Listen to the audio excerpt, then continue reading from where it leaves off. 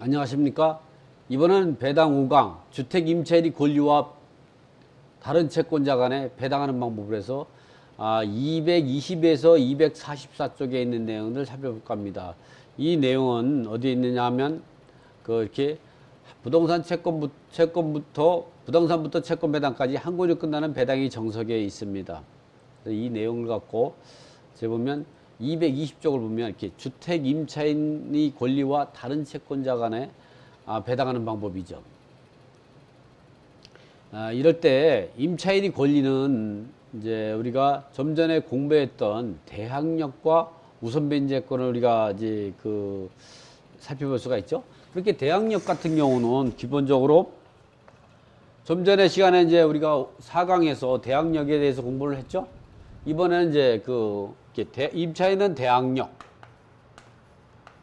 대항력은 이제 경매나 공매가 들어가지 않을 때에 자기의 권리를 주장할 수 있는 그러한 힘이죠. 소유자가 변경이 되면 소유자가 A로부터 소유자가 B한테 소유자가 비키면 갑 임차인은 대항력이 있어서 이 B에게 임대인의 지위를 승계시키는 거죠.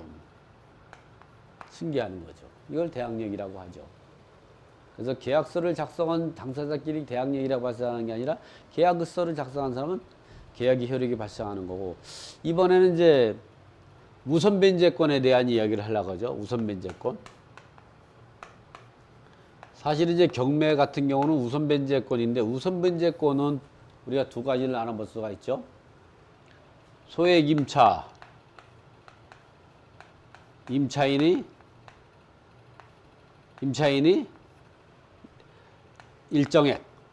일정액에 해당되는, 요게 소액임차인이 일정액은 이 사람이 1억 1천만 원, 현행법상 이하 일대 3,700만 원을 주택가액의 2분의 1 범위 내에서 최우선 변제를 받을 수가 있는 거죠. 요게 최우선 변제금에 해당하는 거죠. 최우선 변제금. 이거와 확정일자부 우선변제권이 있죠. 이거는 소액임차인이 아닌 경우 이제 확정일자는 반드시 소액임차보증금 일정액, 즉 최우선 변제권은 확정일자가 없어도 경매 기입 등 이전에 대항력을 갖추고 임차보증금이 1억 1천 이하이면 현행법상 현행주택임대차법상 소액임차인에 해당돼서 최우선 변제 주택가액의 2분의 1 부분을 3,700을 받을 수 있는 권리가 있죠. 이 확정일자는 반드시 확정일자를 받아야 합니다. 확정일자를 받아야만이 확정일자의 효력 발생일자를 기준으로 해서 우선변제권이 발생한다는 거죠. 그럼 이 소액임차의 소액임차인인 경우 일정액, 현행법상 소액임차 보증금 일정액에 해당되는 3,700만 원을 주택가액의 2분의 1 부분을 받을 수 있는 임차인이라고 하더라도 그건 누구나 다 받을 수 있느냐. 이런 부분들은 지금 설명드릴까 합니다. 모두가 다 받을 수 있는 거죠. 그렇다 받았다면 이런 내용이 왜 나오겠어? 소액 임차인 결정 기준이라는 말이 나올 필요가 없는 거죠. 그 내용을 제가 설명을 드려보죠. 이제 우선변제권은 이건 최우선변제권, 확정일자 우선변제권 있지만 이렇게 필요비, 유익비 상환 청구권도 있다고 했죠. 이건 경매나 공매에서 1순위를 배당받는 임차인의 권리죠. 우선변제권을 크게 말하면 필요비, 유익비 상환 청구권과 최우선변제, 확정일자 우선변제권인데, 일반적으로 우리가 말할 때는 최우선변제권하고 확정일자 우선변제권 말하지만 이거는 긴급 구조비 성격으로 보시면 됩니다. 필요비, 유익비 상환 청구권은 좀 전에 다 설명을 드렸고,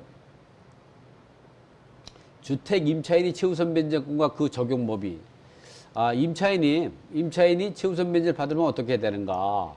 주택 임차인이 최우선 변제를 받으려면 대항 요건인 주민등록과 주택인도를 경매 기입 등기 또는 공매일 때는 공매 공고 등기 이전에 대항 요건을 갖추고, 소액 임차인이 되려면 보증금 일정액이 주택가액이 2분의 1 범위 안에서 담보물권보다 우선해서 변제받을 권리가 있다. 이때 최우선 변제금은 대항 요건만 갖추고 있으면 되는 거지 확정일자까지 요구하는 것은 아니다. 그런데 소액임차인에 해당되어도 배당 요구 종기까지 반드시 배당 요구를 해야만이 이 최우선 면제권을 받을 수 있는 거지. 아무리 소액 임차인이라도 배당 요구 종기까지 배당 요구하지 않으면 배당에 참여할 수 없다. 임차인이 소액 최우선 면제에 관한 사항과 적용 대상 범위 이렇게 보면 이제 여러 번 이제 90년도 2월 19일부터 95년 10월 18일부터는 특별시집가시는 2천만 원 이하일 때 700. 그런 식으로 쭉 나가다가 지금은 어떻게 되냐. 최근에는 2014년 1월 1일부터 2016년 3월 30일까지 서울 같은 경우는 9,500만 원 이하일 때 3,200. 수도권 가민업체권은 8천만 원 이하일 때 2,700. 광역시 같은 경우는 6천만 원에 2천.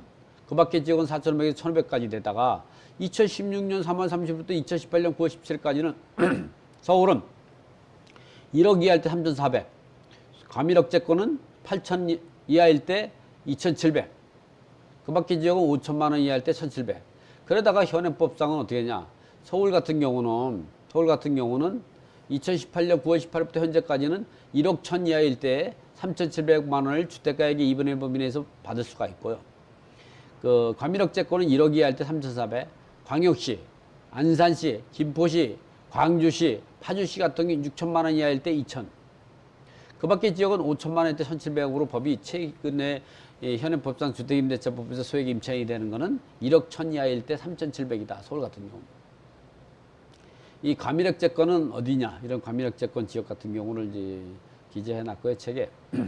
그러면 현행법상 소액 임차인이면 누구나가 최우선을 받는 것이 되겠느냐 이런 얘기예요. 제목이 현행법상 소액 임차인이면 최우선 면제권을 갖는 것이 원칙이다.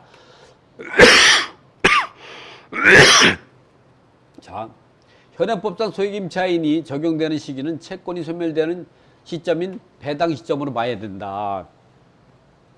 그리고 대구지방법원 2004년 3월 31일 선고한 2003 가단 134010 판결 내용에 보면은 임대차 관계가 지속되는 동안 임대차 보증금이 증감 또 변동이 있는 경우 소액 임차인에 해당되는 여부를 판단 시점은 원칙적으로 채권이 소멸되는 배당 시점으로 판단해야 된다는 얘기 나오죠. 그러면 소액 임차인의 결정 기준에는 얘기가 왜 나왔느냐. 담보물권자가 예측하지 못한 손실을 막고자 주택임대차보호법 시행령 부칙 제4조 또 주임법 부칙 제4조에도 소액 보증금이 보호에 관한 경과 조치가 있고요. 또 주택임대차법 시행령 부칙 제4조에도 소액 보증금이 범위 변경에 관한 경과 조치가 있습니다. 이 말은 뭐냐면 대통령령이 시행되기 전에 임차주택에 대하여 담보물권을 취득한 자에 대해서는 종전의 규정을 적용한다. 이 말은 뭐냐면 2013년 12월 31일 사이에 근저당이 설정이 됐다면 그 근저당권자는 분명히 7,500만 원 이하일 때 2,500을 갖다가 최우선 받을 거라고 판단하고 담보 여력을 책정해서 대출을 실행했다는 거죠. 그럴 때에는 2,500만 원만 예측할 수 있는 손실로 봐야지 2014년 1월 1일부터 법이 개정이 돼서 9,500만 원 이하 3,200으로 바뀌었다고 해서 3,200을 지낸다든가 아니면 배당 시점이 2018년 9월 18일 이후에 배당이 진행됨으로써 채권 소멸 시기인 배당 시점으로 현행법상 1억 1천 이하일 때 3,700을 하게 된다면 2,500을 계산해서 그 최우선 면제를 대출 여력으로 갖고 공제하고 방빼기라고 공제하고 대출을 했던 사람보다 근저당권자한테 1,200만 원에 대한 예측하지 못한 손실을 보게 되기 때문에 주택임대차 시행령 부칙 제4조에서는 담보물권 설정 당시에 소액 임차인이 예측할 수 있던 2,500만 원, 7,500만 원 이하일 때 2,500만 원만큼만 하고 7,500만 원을 초과되는 임차인은 현행법상 소액 임차인에 해당되어도 소액 임차인은 인정해서는 안 된다는 거죠. 그러나 그 2013년 12월 30일에라든가 설정된 근저당권이 대출받고 나서는 또다시 그 다음 담보물권에서 결국은 뭐냐면 더 이상 담보물권이 없다 그러면 채권이 소멸되는 시점인 배당 시점으로 현행법상 소액 임차 보증금 일정액을 판단해서 3,700을 배당해야 된다는 게 일치가 되는 거죠. 그러나 저당권에 대해서 소액 임차를 주장할 수 없지만 저당권보다 먼저 설정되어 있는 조세나 당해세나 가압류채권이 있다. 이런 배당 시점으로 소액임차인이 3,700이 항상 우선하기 때문에 이럴 때는 조세채권은 근저당을 이기고 근저당은 최우선 변제권이고 최우선 변제는 조세채권을 이기는 A는 B보다 우선하고 B는 C보다 우선하고 C는 A보다 우선하는 이제 순환 후수 배당을 해야 된다. 서로 물고 밀기는 상황에서. 그래서 순환 배당이 발생하는 경우가 많다.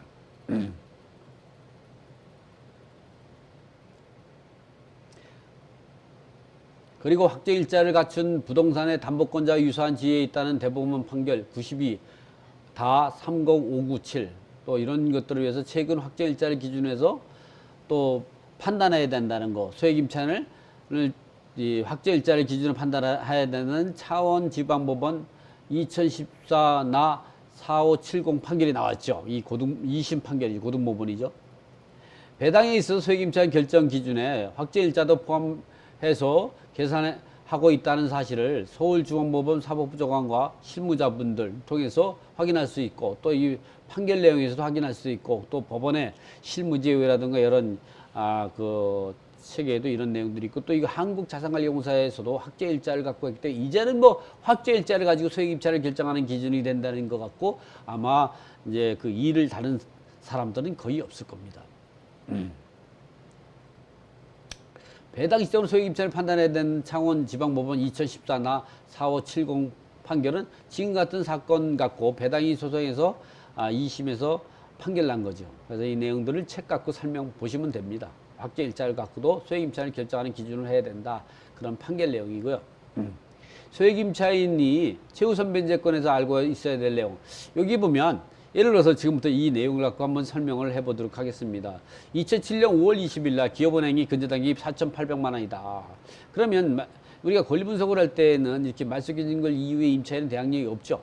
대항력 없지만 우선 변제권이 있는 거죠. 그래서 이럴 때는 2007년 그 5월 20일 때 이럴 때 이는 이 기업 근저당권자가 예측할 수 있었던 그 대출할 때 최우선 변제권을 공제하고 했죠. 그 당시에 이때는 어쩌면 2007년 5월 20일이니까 이 당시에는 어땠냐. 2001년 9월 15일부터 2008년 8월 20일 사이에는 4천만 원 이하일 때에 1,600을 배당을 받을 수가 있었던 거죠. 그러면 4천만 원 이하일 때 1,600이니까 4천만 원 이하인 임차인을 찾아보면 되죠. 그 박수진 임차인 같은 경우는 6,500만 원입니다. 소액임차인 아니죠. 이 기업은행 근저당권자의 현행법상 소액임차인에 해당되더라도 이 기업은행 근저당권자의 설정 당시에 소액임차인이 아닐 때 이럴 때는 법 개정 이후에 소액임차인이 된 자는 법 개정 전에 설정된 저당권에 대해서 소액임차인 추정할 수 없다. 이런 내용이 있는 거죠. 이런 내용들은 주택임대차보호법 시행령 부칙 제4조에 있는 내용이죠. 이럴 때에는 이제 당해세가 있는가를 봐서 당해세가 있으면 당해세가 먼저 배당하고 당해세가 없다면 1순위로 기업은행 근저당 4,800만 원을 배당을 하는 겁니다. 그리고 그 다음에 이제 박수진이 임차인 확정일자를 기준으로 하면은 2009년 10월 20일자에서 기준으로 하면 소액임차를 결정한다면 2008년 8월 20일부터 2010년 7월 25일 사이에는 6천만 원 이하일 때에 2천만 원을 최우선 변제금을 받을 수가 있는데 6천만 원 이하의 임차인을 찾아보니까 박수진은 소액임차인 아니에요. 김철수는 6천만 원이게 소액임차인이거든요. 그러니까 그리고 우선명의도 4천만 원이죠. 제가 잘못 설명드렸네요. 이게 우선명의가 4천만 원 있으니까 여기서 배당은 기업은행을 근저당을 기준으로 해서 소액임차를 결정하니까 4천만 원 이하 1,600이니까 1순위로 우선명의가 1,600 최우선 변제를 받게 됩니다. 아무도 이의를 제기하지 않네요. 그래서 제가 그냥 한번 여러분이 아는가 해서 제가 한번 테스트 해봤습니다. 제가 이 책을 쓴 사람인데 이걸 이해를 못하겠어요. 여기서는 1순위로 이 기업은행 근저당권 설정 2001년 9월 10일부터 2008년 8월 24일 설정된 근저당권은 4천만 원 이하 1,600이니까 우선명의는 4천만 원 이하니까 1,600을 최우선 변제를 1순위로 배당을 받을 수가 있는 거죠. 2순위는 더 이상 소액임차인이 없으니까 당해세가 있는가를 봐서 당해세가 있으면 2순위, 당해세가 없으면 기업은행이 3순위로 배당을 받게 됩니다. 근데 4순위에 가서는 이 박수진 임차인이 확정일자를 기준하니까 2008년 8월 20일부터 2010년 7월 25일까지는 6천만 원 이하의 그 2천만 원이니까 요 김철수가 2천만 원 최우선 면제 받고 우선명의는 좀 전에 1,600 받아서 400만 원 그 소액임차 보증금 증액 금 400만 원을 최우선 면제로 받게 되는 거죠. 그 다음에는 박수진 확정일자가 받고 그 다음에 이제 그 MK 새마을금융 기절을 하게 되면 2010년 7월 그 26일부터 2013년 10월 30일까지 7,500만 원 이하일 때 2,500이니까 김철수가 2,000 받았으니까 500 더 최우선 면제 증가분을 받고 우선명의도 500 최우선 면제를 받고 그리고 안영철이는 한 번도 안 받았으니까 7,500만 원 2,500이니까 안영철이도 소액임차 보증금 일정액 즉 7,500만 원 이하이니까 2,500을 최우선 받습니다. 그 다음에는 MK 새마을금고가 1억을 받고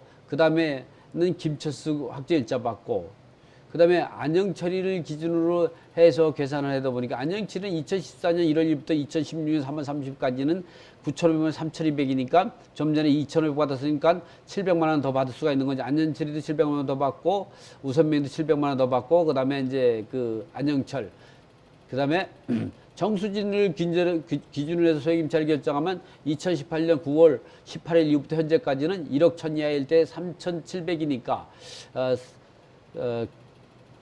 3,200까지 받았으니까 우선명의가 500만 원 더 최우선명 받게 되는 거죠. 이런 식으로 순차 배당을 하게 되는 겁니다. 그래서 그 부분을 풀어놓으면 이렇게 되는 거죠. 그래서 마지막 7순위로 김철수 임차인이 확정일자 3,500원 받고 그 다음에 8순위로 우선명의 임차인이 700만 원을 또는 이제 안영철이가 700만 원 그 다음에 9순위로는 안영철 확정일자 10순위는 우선명의가 소액임차부 일정을 갖다가 4차적 현행법상 2018년 9월 18일부터 현재까지 1억 1,000 이하 3,700을 더 받으니까 기존에 3,200까지 받았으니까 이제 그 500만 원을 더 받게 되는 거죠. 그래서 3,700을 다 받고 11순위는 정수민이가 근저당 1억 1,200만 원을 배당받고 배당이 종결되는 거죠. 지금같이 제가 빠른 시일 내에 설명드렸지만 여러분이 동영상 들으면서 이해가 잘 안 가면 이런 거를 여러분 반복해서 들을 수가 있죠. 동영상이라는 게 그런 게 좋은 거잖아요. 그래서 제가 빠른 시간 내에 해줬습니다. 설명을 해드렸죠. 왜? 시간이 없죠. 자, 이번에는 이제 이렇게 주택이나 상가 건물의 소액임차인이 최우선 받으려면 반드시 배당 요구 종기까지 배당 요구를 해야 된다. 그리고 보증금 액수가 저당권 소액임차 보증금 소액임차인이 결정하는 기준이 되는 담보물건과 또는 배당 시점으로 소액임차 보증금 일정액에 해당이 돼야 된다. 그리고 첫 경매 기입 등기 전에 대항 요건을 갖춰야 된다. 또는 공매일 때는 공매 공고 등기 전에 대항 요건을 갖춰야 된다. 그리고 배당 요구 종기까지 대항력을 유지하고 있어야만이 된다. 등기된 주택이든 미등기 주택이든 모두가 이러한 조건에 의해서 배당을 받을 수 있다. 전차인이 소액임차인을 배당받기 위해서는 원칙적으로 전대차의 경우 전차인이 임대인 또는 즉 주택 소유자에 대하여 직접 보증금을 반환을 청구할 수 있는 권한은 없으므로 전차인이 경매 절차에 배당 요구해서 우선 변제 받을 권리는 없다. 그럼에도 대법원 얘기는 소액이 보증금에 관한 우선 변제권은 이와 같은 두 가지 얘기를 듣고 이런 전차 보증금이 소액인 경우 전대차가 적법하게 이루어지고 전차인이 대항 요건을 적법하게 가지고 있으면 소액임차 보증 일정액을 받을 수 있다는 그 근거를 마련해 놨습니다.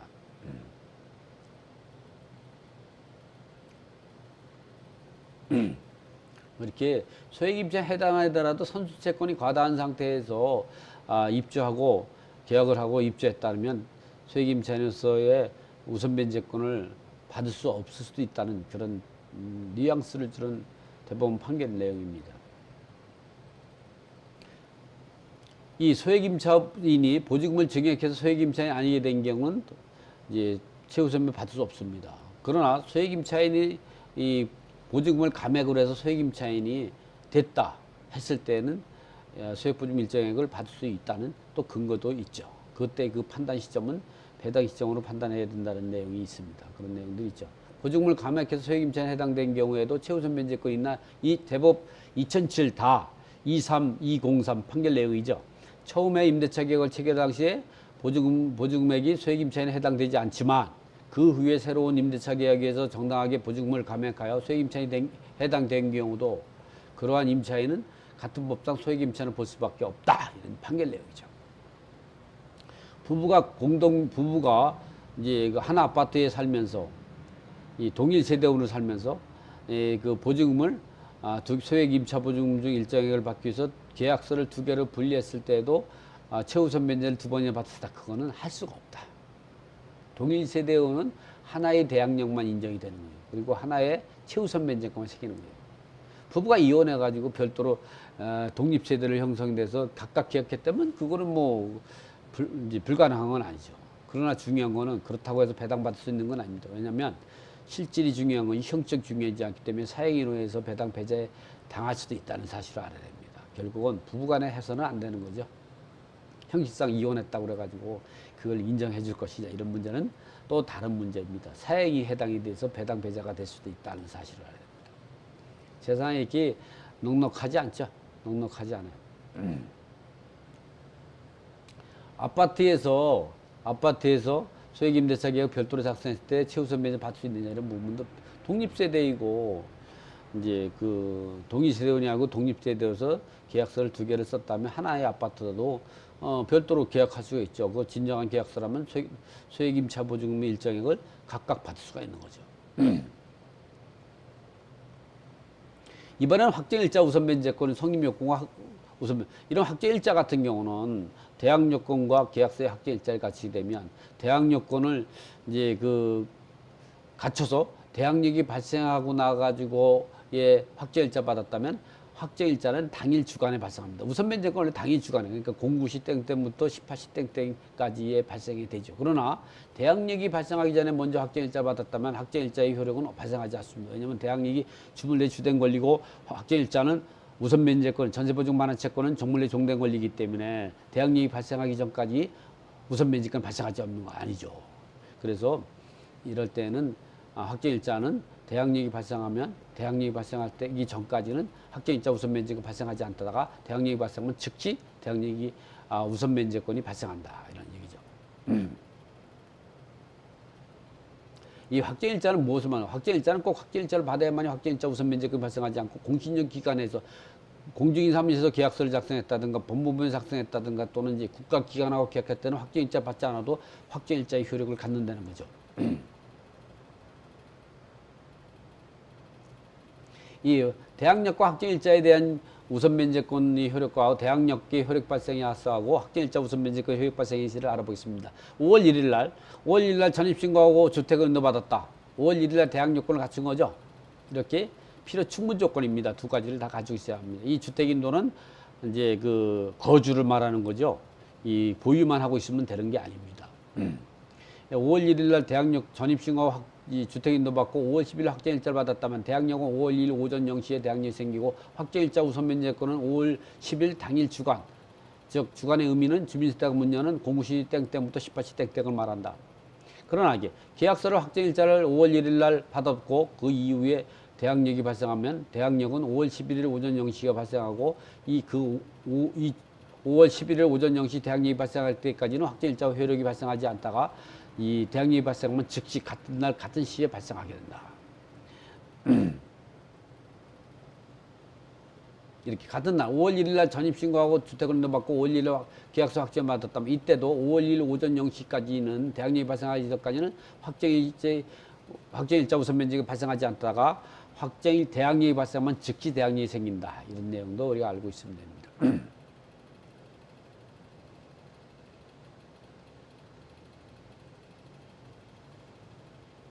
뭐 임대차 계약 기간은 기간이 정하지 않더라도 우리가 임차인은 2년 미만을 주장할 수도 있고 또 계약 기간을 주장할 수도 있고 또 2년을 주장할 수도 있고 임대인은 임차인이 주장하는 대로 따라갈 수밖에 없는 거죠.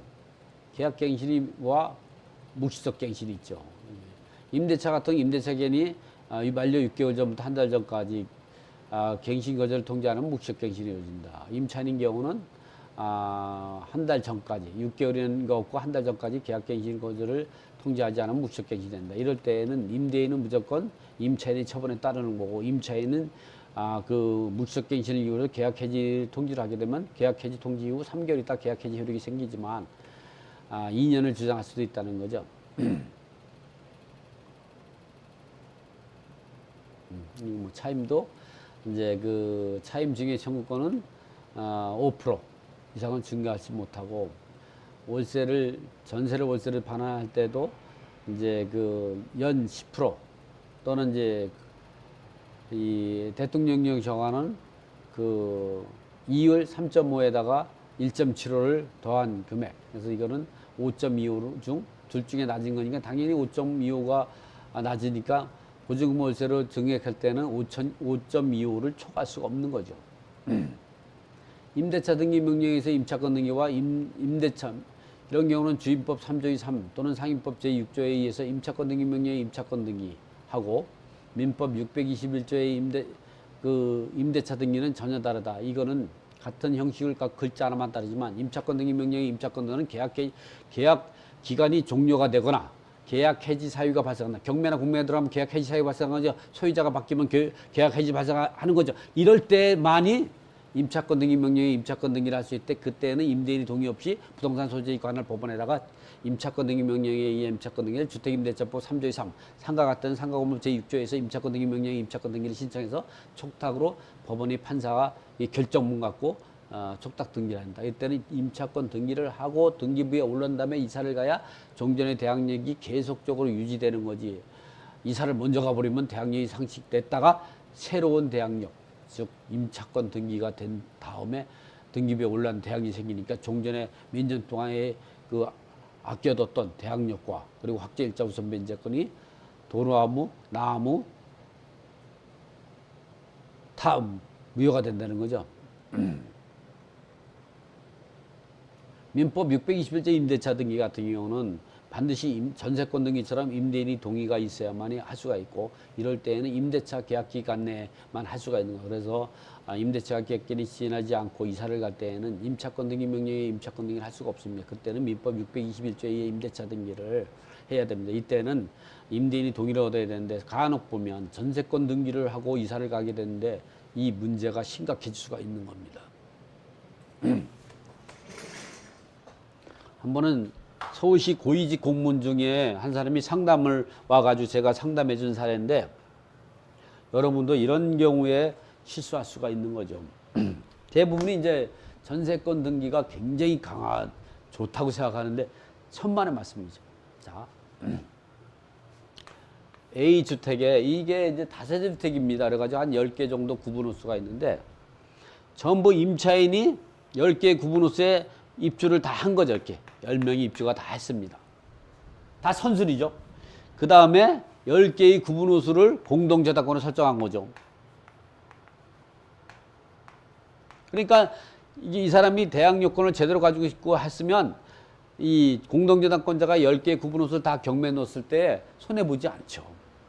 그런데 여기에 301호에 살던 임차인이 서울시의 고위직 공무원인데 지금 현재 있습니다. 근데 이 사람이 이사를 가게 된 거예요. 가게 됐는데 이 소유자가 변경되지 않은 상태에서는 임대차 계약 기간 내에는 임차권 등기 명령에 임차권 등기를 할 수가 없어요.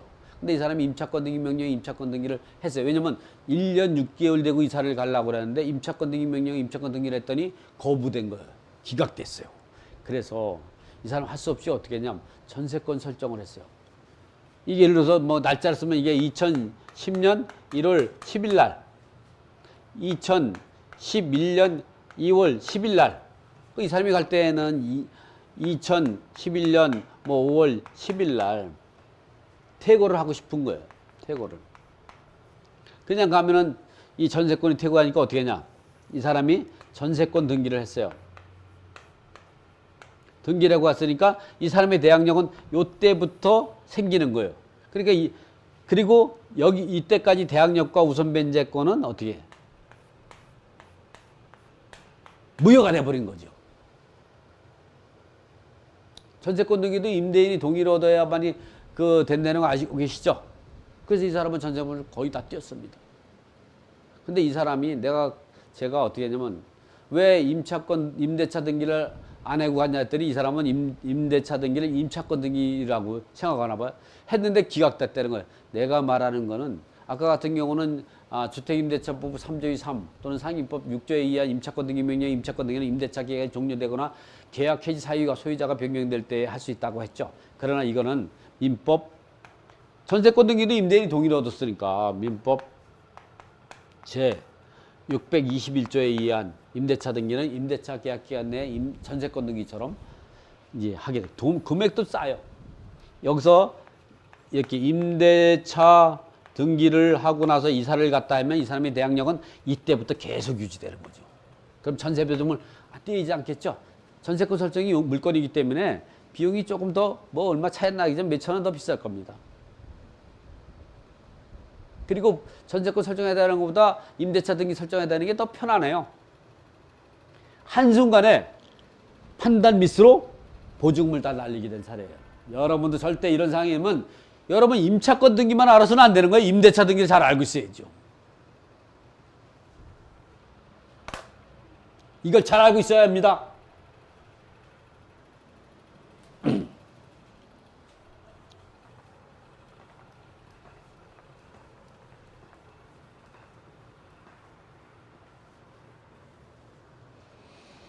자, 이번에 이제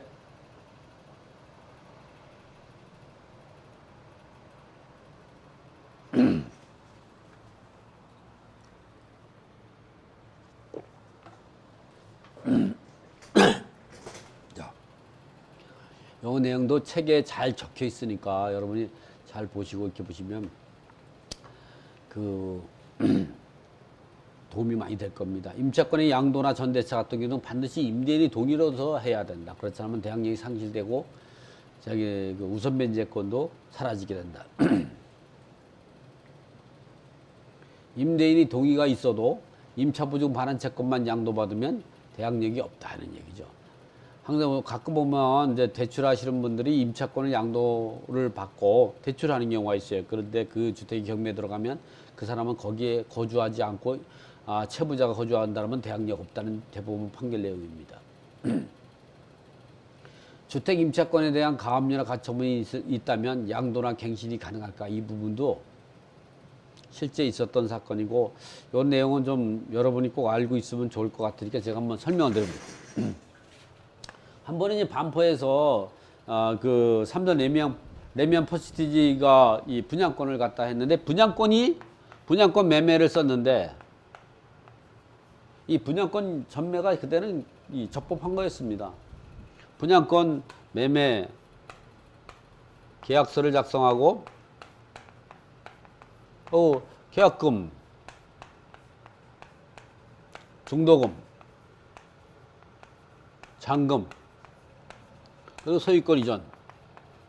이런데 이 분양권 매매 계약서를 작성하기 전에 먼저 여기에 분양권에 대한 분양권, 채권, 가압류가 있었던 거예요. 그래서 제1채무자는 분양권자고 수분양권자라고 하죠. 제3채무자는 조합으로 돼 있죠. 조합에만 가서 물어보면 되는데 부동산 공인중개사가 이거 안 물어본 거죠. 그래서 언제 물어봤냐? 계획 쓰고 계약금 지급하고 잔금, 중도금 지급하고 잔급. 잔급이 뭐 한 3억 5천 정도밖에 안 남은 상태에서 했는데 이 가압류 채권이 5억이 넘는 거죠. 5억이. 그래서 1억 5천 정도가 이 손해가 보게 되겠죠. 이래서 이제 그 엄청 시달렸습니다, 이 사람이. 근데 이제 어떻게 해결됐냐? 이게 분양권이 많이 올랐죠. 몇 억이 올라가 버리니까 그 매도인한테 매수인이 차용 증서를 1억 5천을 받고 그 소유권 이사해 왔죠. 왜냐면 그 1억 5천을 좀 못 받아도 이익이 많이 남죠. 많이 올랐으니까. 이래서 해결하고 그거에 대한 손해배상 청구를 공인중개사 부동산 중개업 사무소에 청구 들어와가지고 엄청 고생했어요. 변호사비만 1,800만 원 들었어요. 그 중개수 한 푼도 못 받고. 어쨌든 공인중개사도 그러한 이유로 해가지고 사용증서가 그렇게 해결된 걸 갖고 해가지고 혐의가 없으면서 무효 처리받았지만 변호사 비용 1,800만 원은 안 돌려주죠. 또 이렇게 한 번은 어떠냐면 A 소유자로 있는데 갑 임차인이 있고요. 이 사람이 전입도 하고 확정일자도 받은 상태인데 이 보증금이 1억인가요? 1억 원인가. 그런데 이 1억 원에 대해서 채권 가압류가 있었죠. 누가 채권 가압류냐면 요 임차권에서 예를 들어서 뭐 4월 1일이라고 한 6월 1일쯤에 요 임차권에 대한 채권 가압류가 있었죠. 이 채권 가압류는 제일 채무자는 임차인, 제3 채무자는 A, 임대인. 그런데 A가 집을 팔면서 누구한테 팔았냐? B한테 팔았어요. B 소유권 이전 등기가 되어 있는데 A가 B한테 임차권에 대한 가압류가 있는지 얘기를 안 한 거예요. 또 임차인도 얘기 안 하고. 그래가지고 기간이 지나가지고 B한테 갑 임차인이 보증금을 달라고 그랬어요. 보증금을 반환 받고 나갔어.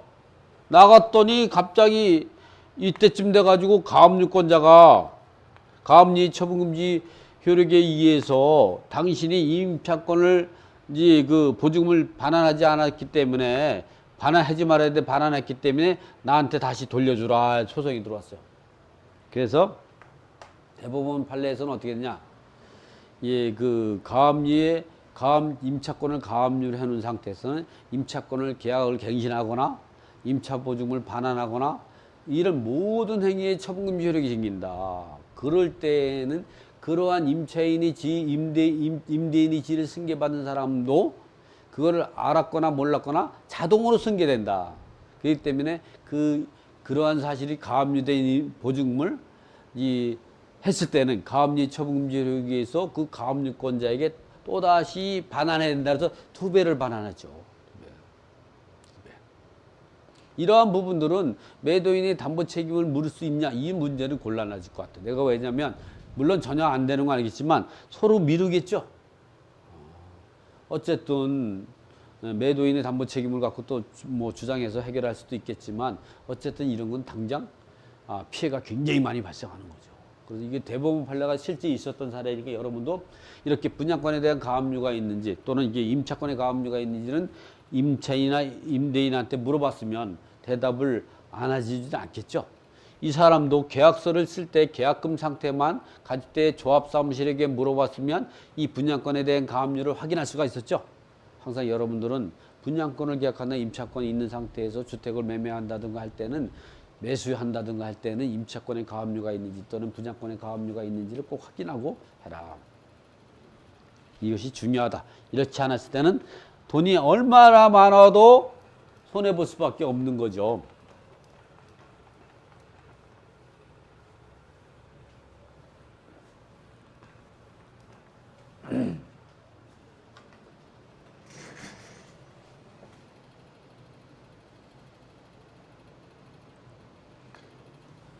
이번에 이제 보면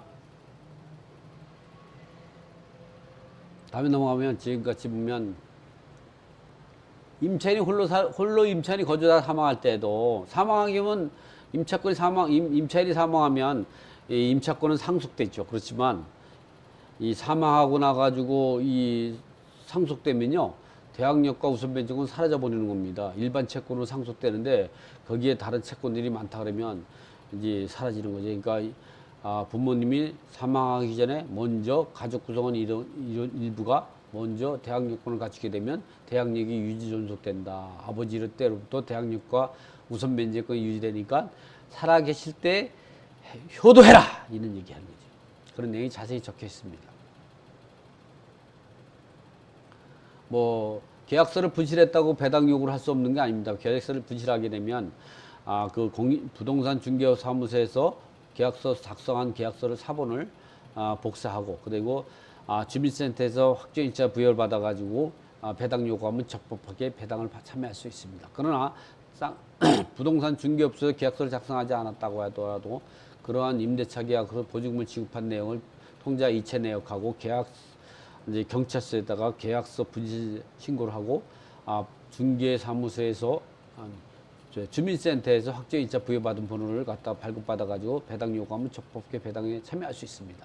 이런 내용들이 자세하게 기재되어 있으니까 이 책을 갖고 공부하시면 됩니다.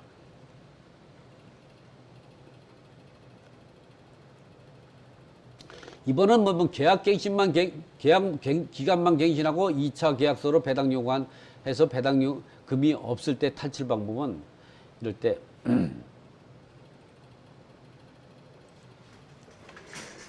대부분이 이제 보면 이렇게 하죠. A로 있을 때 1차 계약은 뭐 1억 원, 그리고 말소기준 권리 근저당이 있고, 그 다음에 2차 증액을 했는데 5천만 원을 증액해가지고 이 사람이 1억 5천만 원에 확정일자까지 받은 거예요. 그러면 그리고 배당을 이거로 해야 돼요. 어차피 이걸 배당을 이걸 하면 배당을 많이 받는 줄 알고, 그리고 순위가 늦어가지고 이게 배당받고 배당을 못 받게 되죠. 소멸되면 어차피 이 1억 같은 경우는 낙찰자가 1억을 인수하게 되지만, 이럴 때에는 이거를 배당 요구 종기까지 배당 요구했다 하면 이 사람은 배당 기일 전까지 잘못 배당 요구한 걸 정정 요구할 수 있습니다. 그러니까 이거를 배당 요구를 추가로 할 수가 있는 거예요. 언제까지? 배당 기일까지. 이렇게 해서 배당 요구를 하게끔 하면 이거와 이거를 배당을 받을 수 있고, 어차피 이 미배당금은 낙찰자 인수, 요거는 미배당금은 소멸하고. 이런 게 왜냐면 경매나 공매를 낙찰받게 되면 이런 경우가 있어요. 2년 전에 전입신고가 돼 있는데 2년 후에 확정일자가 있는 경우가 있어요. 이런 경우는 10종 팔고 증액한 경우가 있죠. 그래서 그럴 때에는 증액하기 전에 2년 전에 확정일자가 있습니다. 그래서 그런 경우가 있다면 반드시 낙찰받고 찾아가서 이 계약서가 있는지를 봐서, 이 계약서가 있다면 배당 요구 종기까지 배당 요구한 임차인이기 때문에 배당 기일 전까지 이거 갖고 추가로 배당 요구를 정정 요구를 하면, 이거로 배당 요구하면 낙찰자가 인수할 금액이 없어져 버리는 거죠. 실질적으로 제가 이런 경우는 2번이나 해줬어요. 여러분도 이런 거 갖고 잘 판단하면 손해보지 않고 반대로 이익을 볼 수도 있는 거죠. 이렇게 임차인 같은 경우는 1차 계약 또는 증액 계약, 그러니까 최초 계약하고 증액한 계약서가 있다면 배당 요구할 때는 어차피 말소기준권 이전에 대항 요건을 갖췄다 그러면 그거는 대항력을 주장할 수도 있고, 말소기준권 이후에는 어차피 소멸되니까 그런 경우 갖고는 배당 요구할 수도 있는 거죠.